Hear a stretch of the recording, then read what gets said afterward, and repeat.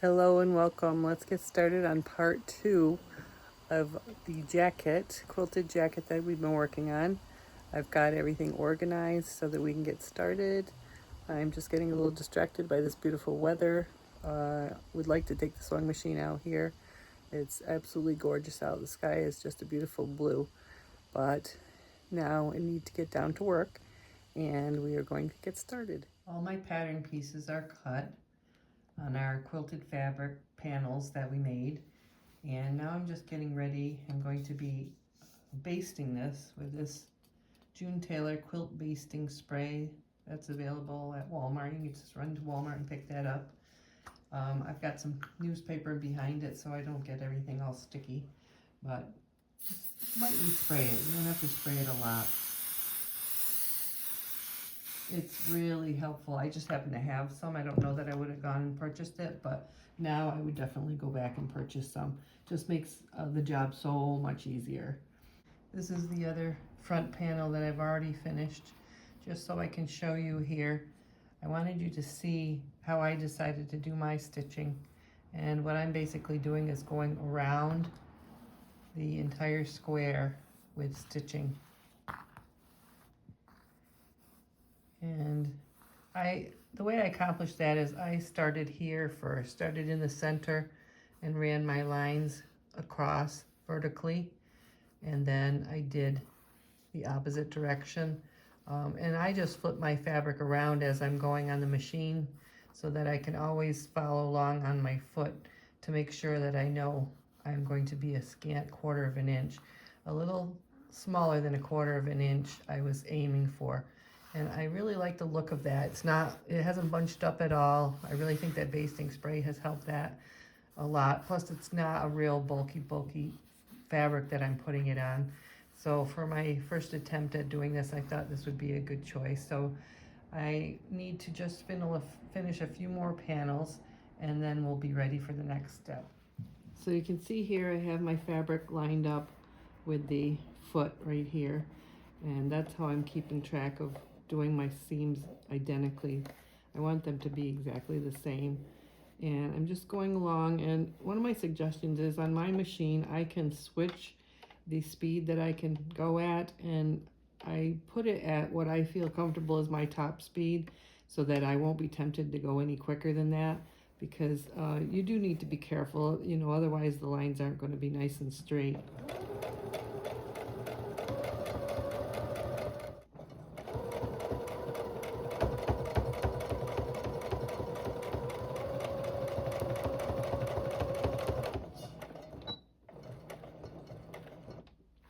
It is a good idea as you're going along to roll up your fabric on the side here and tuck that in. Ask me how I know that. Yes, depending on where you're sewing, it is really easy to get your fabric caught in underneath or something. So make sure when you have that side and it gets kind of bulky, roll it up nice and neat.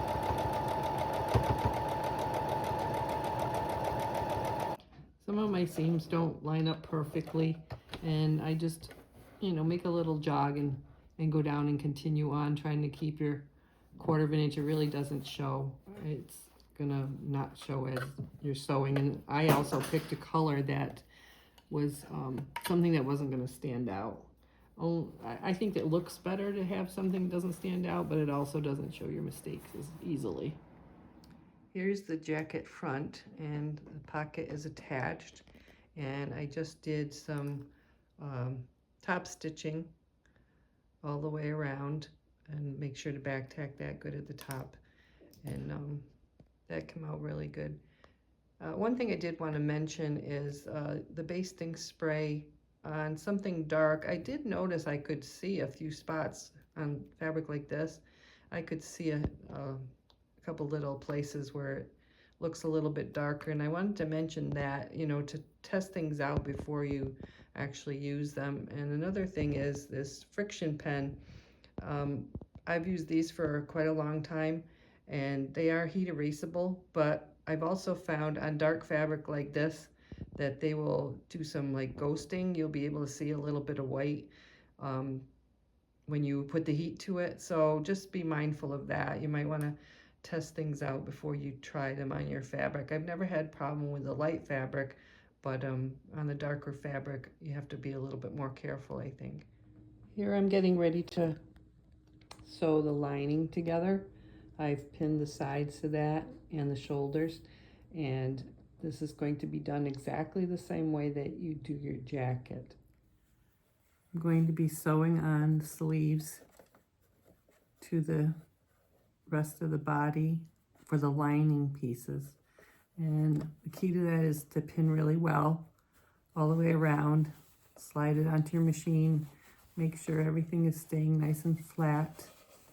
You might want to put your needle down and raise up your foot. Make sure that everything's not caught underneath. And then put your foot back down and then start sewing.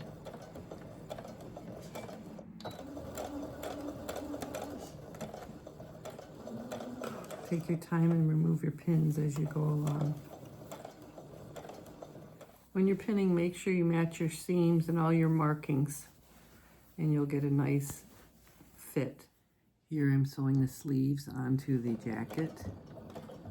Pin really well, do 5/8 inch seam, and take your time. It can be a little bulky, a little hard to maneuver. Make sure when you're switching things around, you're moving your fabric, you're checking that you keep your needle down, and then you won't lose your spot, and then just keep on sewing.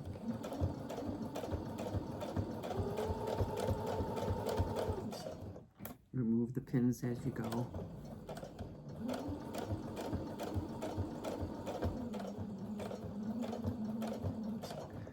Okay, I'm at a point where I need to adjust a little bit, so I'm going to just turn that so you can see, making sure that I don't have anything caught underneath.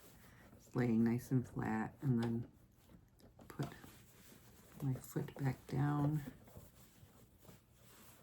Make sure this is all flat. Remove that pin and just keep going.